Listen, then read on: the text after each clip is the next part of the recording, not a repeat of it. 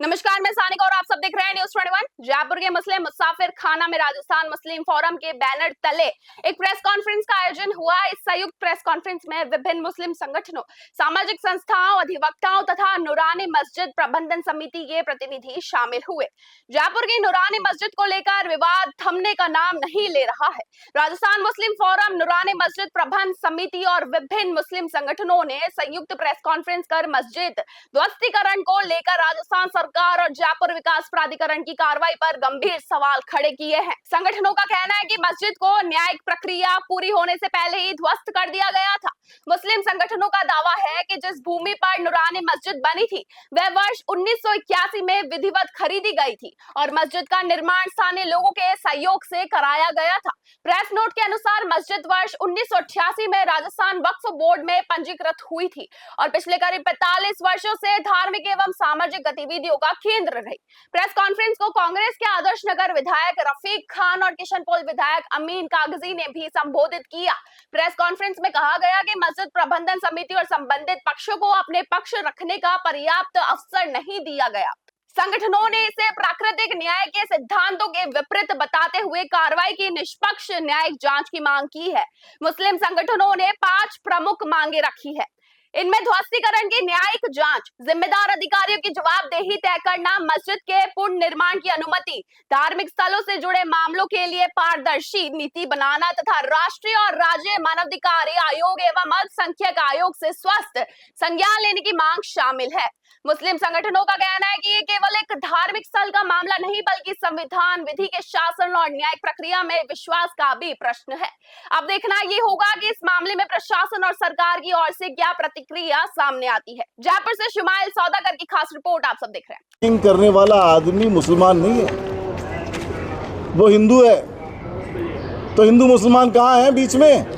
जिस आदमी के खेत में दरगाह थी, जो आदमी आज़ादी से लेकर के जिस वक्त से दरगाह बनी तब से लेकर के और अब तक आज दिन तक वही परिवार उसकी केयर टेकिंग करता आ रहा है, वही परिवार उसकी खिदमत करता आ रहा है, वही परिवार वहाँ पर दिया बत्ती करता आ रहा है। उसके बावजूद आपने उसको एनक्रोचमेंट माना। जब लोग बाग वहाँ नमाज पढ़ते थे तो 80 के आसपास, 75 से 80 के बीच में जो काश्तकार था उसने अपनी ज़मीन बेच दी और ज़मीन बेची। जिसको ज़मीन बेची सोसाइटी को, फॉरेस्ट करके कुछ सोसाइटी है, उस सोसाइटी को ज़मीन बेची। तो इन्होंने देखा भी अब ज़मीन बिक गई तो दरगाह छोड़ के बेची। उसकी भावना देखो आप, दरगाह की ज़मीन, मज़ार की ज़मीन छोड़ करके उसने ज़मीन बेच दी। और जब ये नमाज़ पढ़ने वाले लोग वहाँ मौजूद थे तो उन्होंने देखा अब नमाज़ कहाँ पढ़ेंगे, तो जिस सोसाइटी को बेची उसके सामने ही उन्होंने एक प्लॉट ले लिया। जो नमाज वहाँ होती थी वो उसके सामने होने लग गई और वहाँ धीरे धीरे मस्जिद कंस्ट्रक्ट कर ली। 81 में इन्होंने प्लॉट खरीदा और उसमें मस्जिद बना ली और 1988 के अंदर वो वक्फ बोर्ड में इंदराज होगी। कलेक्टर मुद्रांक का भी डिसीजन इसके अंदर लगा हुआ है।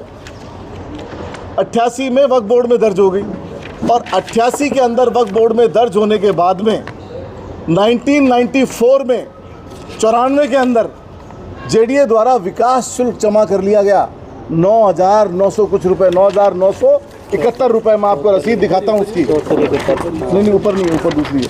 9,900 कुछ रुपए की ये रसीद है।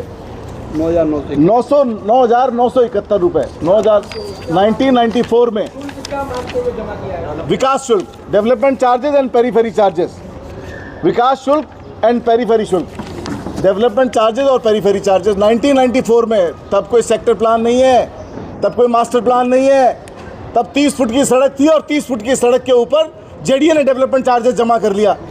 और जेडीए के डेवलपमेंट चार्जेस जमा करने के बाद 2011 में पहला मास्टर प्लान आता है, आपने उसमें 80 फुट कर ली। अरे भाई क्यों नहीं आपने भौगोलिक स्थिति का जायजा लिया? और फिर आप अब कैसे उसको हटा सकते हो? कैसे एनक्रोचमेंट मान सकते हो? जब 94 के अंदर वैशाली नगर के अंदर 400 रुपये मीटर में प्लॉट मिलता था, हनुमान नगर के अंदर 200 रुपये में प्लॉट मिलता था, आगरा रोड पे 200 रुपये में प्लॉट मिलता था। उस वक्त 200 रुपये मीटर की बात कर रहा हूँ मैं। उस वक्त जो 1994 के अंदर 10,000 रुपये सिर्फ डेवलपमेंट चार्जेस के रूप में जमा हुए। जिन लोगों ने अपनी मेहनत की कमाई से अपने खून पसीने की कमाई से प्लॉट खरीदा और ये पैसे जमा कराए, और आपने एकदम से आकर के उसको एनक्रोचमेंट बता के हटा दिया। मंदिर को भी हटा दिया, सत्संग भवन को भी हटा दिया। ऐसा कौन सा एक्सप्रेस हाईवे है वो? कोई नेशनल हाईवे बनने जा रहा है वहाँ? किस लिए हटा दिया? तो इसकी जवाबदेही नहीं है जेडीए के पास में। ऐसा लगता है कि जेडीए किसी के इशारों पे काम कर रहा है। 30 फुट की सड़क ऑलरेडी है। 30 फुट की सड़क पे कोई ट्रैफिक जाम नहीं है। 30 फुट की सड़क के ऊपर ट्रैफिक जाम नहीं है। और जब हटाने वहां पहुंचे हैं तो आज भी मैं आपको दावे के साथ कहता हूं कि आज भी उसका जो स्टार्टिंग हिस्सा है सड़क का वो 30 फुट से ज़्यादा नहीं है। वो क्यों नहीं कर पा रहे उसको? दोनों तरफ क्योंकि उसको नोटिस दिए पहले, वो स्टे लेके बैठ गए। आपने हमें नोटिस नहीं दिया। नोटिस दिया फ्राइडे रात को। इससे इनका इंटेंशन दिखता है। फ्राइडे रात को 9 बजे आप नोटिस देते हो, इसका मतलब आप हमें न्याय के दरवाजे भी नहीं खटखटाना देना चाहते। आप जुल्म कर रहे हो और जुल्म की कार्रवाई के तहत आपने इसको वहां से पूरे उसको मस्जिद को शहीद कर दिया। आपने न्यायालय में हम चले गए, हमें रिलीफ का मौका देते, हम कोर्ट में हमारी बात सुनती। हमने जेडीए को डेवलपमेंट चार्जेस जमा कराए हैं, और उस वक्त जमा कराए जब आपका सेक्टर प्लान एग्जिस्टेंस में नहीं था। तो जब आपने सेक्टर प्लान एग्जिस्टेंस में लेके आए तो आपको पहले सॉल्यूशन करना चाहिए था। और धार्मिक स्थानों के साथ ये बात नहीं होती है। अभी गोविंद मार्ग हटाने की बात कर रहे हैं, ये कर देंगे? ये गोविंद मार्ग को चौड़ा कर देंगे? वहां गुरुद्वारा है, वहां मंदिर है, कर देंगे? ये भूमाफियाओं के इशारों पे खेल रही है जेडीए, और पता नहीं किन के इशारों पे उन्होंने टारगेटेडली ये काम किया है। बगराना के अंदर परसों रात को जब ये इधर कार्रवाई कर रहे थे, एक मंदिर आगरा रोड के ऊपर बगराना में एक मंदिर और एक पार्क को भूमाफियाओं ने हटा दिया।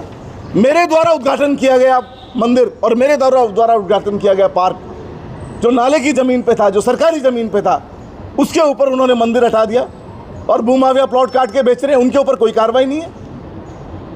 लोग सरेआम जमीनों पे कब्जा कर रहे हैं, उन पे कोई कार्रवाई नहीं है। सारी दुनिया को मालूम है हवा महल क्षेत्र में क्या हो रहा है, सारी दुनिया को मालूम है जयसिंहपुरा खोर में क्या हो रहा है, उस पर कोई कार्रवाई नहीं करता है। हमने ये भी कहा कि 30 फुट की सड़क है, अगर आप ज़्यादा करते हो डबल करो। ट्रैफिक नहीं है वहाँ, हमने डबल के लिए बोला, आप डबल करने को भी तैयार नहीं हो। डबल करने में उनको पता है कि मस्जिद 20 फुट रह जाती है, तो टारगेट मस्जिद हटाने का है, टारगेट मंदिर हटाने का है। तो इस तरह की कार्रवाई आपने करी, कायरतापूर्ण कार्रवाई है। हम न्याय के लिए जाएंगे, कोर्ट में जाएंगे और अपना पूरी बात रखेंगे। और जो ज़मीन हमारी जड़ खरीद ज़मीन, ये हमारे बुजुर्ग साथी बैठे हैं जो शुरुआत से इसमें इन्वॉल्व हैं, मस्जिद के सदर हैं, जिन्होंने अपने खून पसीने की कमाई से मस्जिद को सींचा है। ऐसे ऐसे लोग हैं जिन्होंने श्रमदान किया है, बेलदारी करी मस्जिद के अंदर, आपने एक झटके में उसको उड़ा दिया। तो सिर्फ अन्याय करेंगे? कोई न्याय की बात नहीं है, कानून की बात नहीं है, संविधान की बात नहीं है। तो मैं ये कहना चाह रहा हूं कि हम न्याय के दरवाजे खटखटाएंगे, कॉन्स्टिट्यूशन के दायरे में रह के बात करेंगे, एजिटेशन करेंगे, चाहे ये कितना भी जुल्म कर ले, लेकिन हम अपना हक लेकर के रहेंगे। ये सब बात मैं आपको कहना चाहता हूँ। मीडिया के साथियों का सबका ये वाला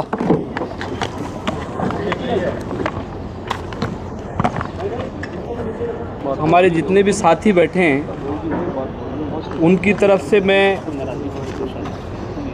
और ख़ास तौर से हमारे माइनॉरिटी के पूरे प्रदेश के जो लोग हैं उससे बहुत आहत हैं, लोग बहुत दुखी। और हमारी जो कुछ मांगे हैं जो सरकार से हम चाहते हैं, क्योंकि इन्होंने हठधर्मिता करके, जैसा आपको रफ़ीक साहब ने बताया सारा, कि टोटल इन्होंने किसी भी चीज़ को फॉलो नहीं करा, झूठा आश्वासन देते रहे और फ्राइडे को नोटिस देते हैं कि मंडे को तोड़ेंगे। ये आप सब लोगों को पता है, ज़्यादा दोहराने से फ़ायदा नहीं है।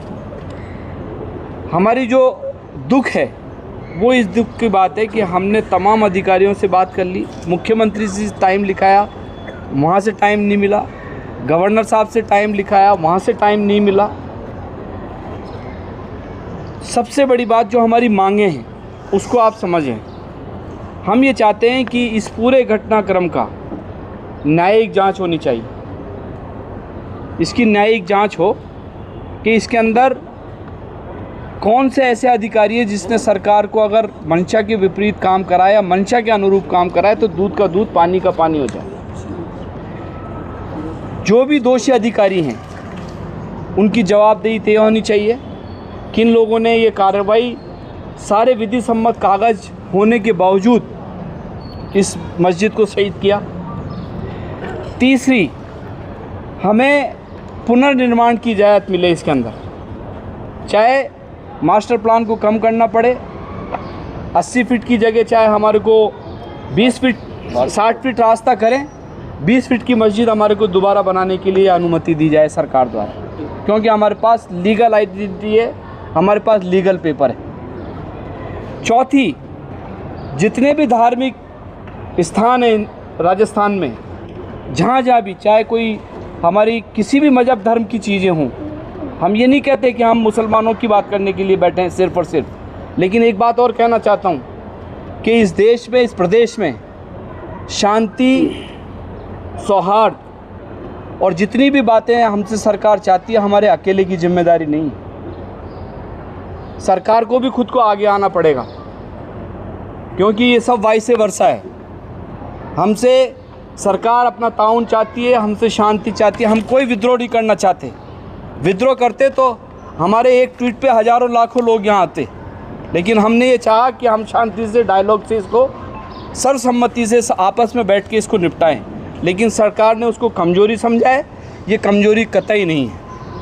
मैं सरकार से कहना चाहता हूँ कि हमारी शराफत को, हमारी तहजीब को कमज़ोरी ना समझें। ये एक बात कहना चाहता हूँ। अधिकार इस पे संज्ञान ले कि हमारे साथ इंजस्टिस हुआ है, और दूसरा, अल्पसंख्यक आयोग इसकी जांच करे पूरे मामले की और हमें न्याय मिले, सरकारी स्तर पे भी मिले। बाकी हमारे लॉयर्स यहाँ बैठे हैं, उलमा हजरात यहाँ बैठे हैं, ये आपको तफसील से बताएंगे।